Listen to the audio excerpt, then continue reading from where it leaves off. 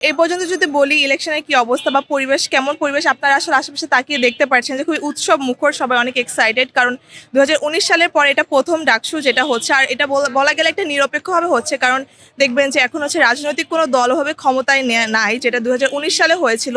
আমি হচ্ছে মানে এই ডাকসুর আগে 2019-এর স্ট্যাটিস্টিক্সটা দেখছিলাম, তখন দেখা গেল যে খুব কম প্রার্থী ছিল যারা হচ্ছে 20-22 বা এরকম মানে বেশি ভোট পেয়েছে।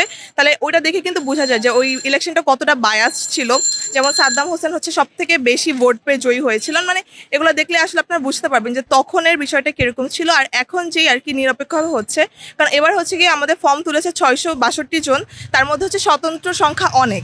যেহেতু অনেক স্বতন্ত্র শিক্ষার্থীরা মানে ফর্ম তুলেছে, এটার মানে এটাই যে তারা বুঝতে পারছে যে পরিবেশটা হচ্ছে একটু আর কি নিরপেক্ষ হবে বা কোনো একটা দলের প্রতি বায়াসড না, তো সবার সমান সুযোগ আছে। আমার পোস্টটা যেহেতু হচ্ছে স্বাস্থ্য ও পরিবেশ, আর যদি সত্যি কথা বলতে গেলে সব কিছুর আগে হচ্ছে গিয়ে স্বাস্থ্য এবং পরিবেশ। আপনি অন্যান্য ক্রীড়া দেখবেন বা সাহিত্য সংস্কৃতি যাই আছে সেগুলোর মূলে কিন্তু আপনি যদি সুস্থ অথবা আপনার পরিবেশটা যদি ভালো না থাকে তাহলে কিন্তু কোনো কিছুই সম্ভব না। তাহলে আমাদের আশেপাশে তাকালে দেখবেন যে খাদ্যে যে সমস্যাগুলো আছে, আমাদের এখানে ভালো কোনো খাবার নাই। কিছুদিন আগেও পানিতে হচ্ছে কি ব্যাকটেরিয়া পাওয়া গেছে, এগুলা মানে I have to make sure যে এগুলো সব যেন কোনো মানে সমস্যা না থাকে।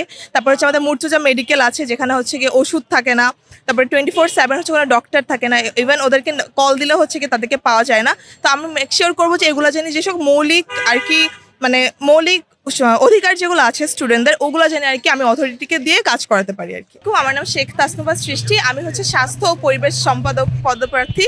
আমি হচ্ছে প্রতিরোধ পর্ষদ প্যানেল থেকে যাচ্ছি।